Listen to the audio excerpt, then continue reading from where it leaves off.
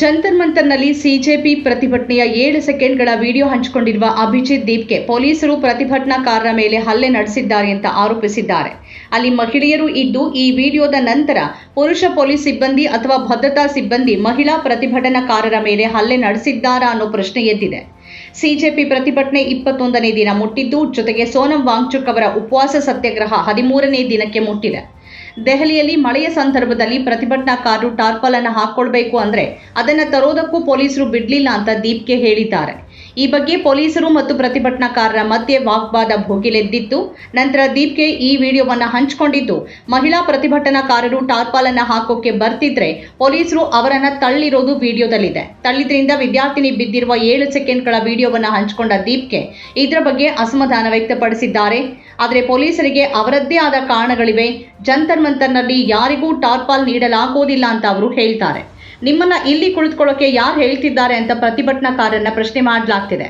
ಆದರೆ ಪ್ರತಿ ದಿನವೂ ಅವರ ನೈತಿಕ ಸ್ಥೈರ್ಯವನ್ನ ಹೆಚ್ಚಿಸ್ತಿದೆ ಮತ್ತು ಪ್ರತಿಭಟನಾಕಾರರು ದೃಢವಾಗಿ ನಿಂತಿದ್ದಾರೆ ಅಂತ ಸಿಜೆಪಿ ಹೇಳ್ತಿದೆ. ಇದನ್ನ ನೋಡಿದ ಪೊಲೀಸರು ಯಾವುದೇ ವಿಧಾನದಿಂದಲಾದರೂ ಪ್ರತಿಭಟನೆಯನ್ನ ನಿಲ್ಲಿಸಲು ಬಯಸ್ತಾರೆ. ಈಗ ಈ 7 ಸೆಕೆಂಡ್ಗಳ ವಿಡಿಯೋ ವಿವಾದಕ್ಕೆ ಗುರಿಯಾಗಲಿದೆ. ಈ ನಡುವೆ ಸೋನಂ ವಾಂಗ್ಚುಕ್ ತಮ್ಮ ಉಪವಾಸ ಮುಂದುವರೆದಿದೆ ಅಂತ ಘೋಷಿಸುವ ಹೊಸ ವಿಡಿಯೋವನ್ನು ಹಂಚಿಕೊಂಡಿದ್ದಾರೆ. ಈ ವಿಡಿಯೋದಲ್ಲಿ ಸೋನಂ ಜನರನ್ನ ಸಂಸತ್ತಿಗೆ ಬರುವಂತೆ ಮನವಿ ಮಾಡ್ತಿದ್ದಾರೆ. ಜುಲೈ 20ರಂದು ಸಂಸತ್ ಮೆರವಣಿಗೆ ನಡೆಯಲಿದೆ. ಸಂಸತ್ತಿನ ಮಳೆಗಾಲದ ಅಧಿವೇಶನ ಅಂದೇ ಪ್ರಾರಂಭವಾಗುತ್ತೆ. ಸಿಜೆಪಿ ಜಂತರ್ ಮಂತರ್ನಿಂದ ಮೆರವಣಿಗೆ ನಡೆಸಲಿದೆ. ಮತ್ತೊಂದು ಕಡೆ ಸೋನಂ ಅವರ ಆರೋಗ್ಯ ತೀವ್ರ ಹದಗೆಟ್ಟಿದೆ. ಅವರು 7.5 kg ತೂಕವನ್ನು ಕಳ್ಕೊಂಡಿದ್ದಾರೆ ಅಂತ ವರದಿಗಳು ಹೇಳ್ತಿವೆ. ಇದು ಸರ್ಕಾರಕ್ಕೆ ಬಹಳ ಕಷ್ಟಕರವಾದ ಪರಿಸ್ಥಿತಿ. ಮುಂದಿನ 10 ದಿನಗಳಲ್ಲಿ ಸೋನಂ ಅವರ ಸ್ಥಿತಿ ಬಹಳ ಹದಗೆಡುತ್ತೆ. ಅವರನ್ನು ಆಸ್ಪತ್ರೆಗೆ ದಾಖಲಿಸಬೇಕಾಗಬಹುದು. ಆದರೆ ಅದು ಘರ್ಷಣೆಗೆ ಕಾರಣ ಆಗಬಹುದು. ಅದಕ್ಕೂ ಮೊದಲು ಸೋನಂ ಜನರನ್ನ ಬರುವಂತೆ ಮನವಿ ಮಾಡಿದ್ದಾರೆ. आज मैं शायद थोड़ा बेहतर दिख रहा हूँ. हालांकि आज मेरे अनशन का 12वां दिन है. दोस्तों, मैंने कहा था कि हम 20 जुलाई को जब संसद का सत्र शुरू होगा मार्च करेंगे संसद तक. ಸೋನಂ ಅವರ ವಿಡಿಯೋ ನೋಡಿದ ನಂತರ ಜನ ಪ್ರತಿಕ್ರಿಯೆ ನೀಡಿದ್ದಾರೆ. ಬಿಜೆಪಿಯ ಕುರುಡು ಅನುಯಾಯಿಗಳು ಶಿಕ್ಷಣವನ್ನ ಯಾಕೆ ವಿರೋಧಿಸುತ್ತಾರೆ ಅಂತ ಒಬ್ಬರು ಕೇಳಿದ್ದಾರೆ. ನೀವು ದೇಶದ ವಿದ್ಯಾರ್ಥಿಗಳಿಗಾಗಿ ಹೋರಾಡ್ತಿದ್ದೀರಿ, ಆದರೆ ಈ ರೀತಿಯ ವಿಡಿಯೋಗಳನ್ನು ನೋಡಿದಾಗ ನನ್ನ ಮನಸ್ಸು ಒಡೆಯುತ್ತೆ ಅಂತ ಮತ್ತೊಬ್ಬರು ಬರೆದಿದ್ದಾರೆ. ಪ್ರಜಾಪ್ರಭುತ್ವವನ್ನು ಉಳಿಸಲು ಒಬ್ಬ ವ್ಯಕ್ತಿ ಪ್ರಜಾಪ್ರಭುತ್ವದ ಒಳಗೆ ಹೋರಾಡ್ತಿದ್ದಾರೆ.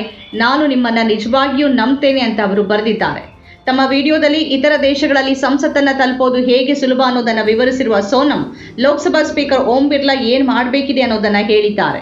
ವಾಸ್ತವವಾಗಿ ಹೆಚ್ಚಿನ ದೇಶಗಳಲ್ಲಿ ಸಂಸತ್ತೆದುರು ಪ್ರತಿಭಟನೆಗಳಿಗೆ ನಿರ್ದಿಷ್ಟ ಸ್ಥಳ ಇರುತ್ತೆ. ಲಂಡನ್ನಲ್ಲೂ ಜನ ಸಂಸತ್ತಿಗೆ ಹೋಗಬಹುದು ಮತ್ತು ಅಲ್ಲಿ ಪ್ರತಿಭಟಿಸಬಹುದು. ಅದೇ ರೀತಿ ಸ್ವೀಡನ್, ಡೆನ್ಮಾರ್ಕ್, ಆಸ್ಟ್ರೇಲಿಯಾ ಮತ್ತು ನ್ಯೂಜಿಲೆಂಡ್ನಲ್ಲಿ ಸಂಸತ್ತು ಮುಕ್ತ ಸ್ಥಳವಾಗಿದೆ ಅಂತ ಹೇಳಿದ್ದಾರೆ. ಯಾಕಂದ್ರೆ ಪ್ರಜಾಪ್ರಭುತ್ವದಲ್ಲಿ ಇದು ಜನರ ಸಂಸತ್ತು. ಹಾಗಾದ್ರೆ ವಿಶ್ವದ ಪ್ರಜಾಪ್ರಭುತ್ವದ ತಾಯಿಯಾದ ನವದೆಹಲಿಯಲ್ಲಿ ಇದು ಯಾಕೆ ಸಾಧ್ಯವಿಲ್ಲ ಅಂತ ಅವರು ಕೇಳಿದ್ದಾರೆ.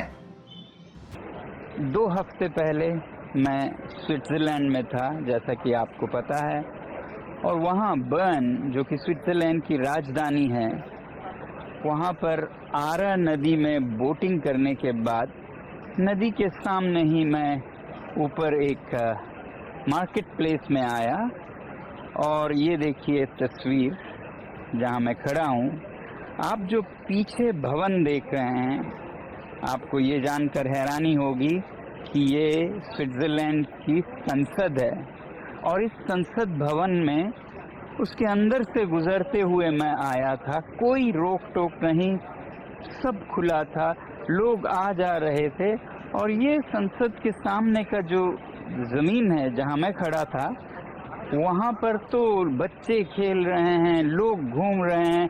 और ये निर्धारित जगह है प्रदर्शनों के लिए भी, तो कोई भी यहाँ प्रदर्शन कर सकते हैं, धरने कर सकते हैं. तो दुनिया के लोकतांत्रिक देशों में संसद तक जाना खुला छूट होता है, बल्कि ज़्यादातर देशों में उसके सामने प्रदर्शन करने की जगह निर्धारित होती है.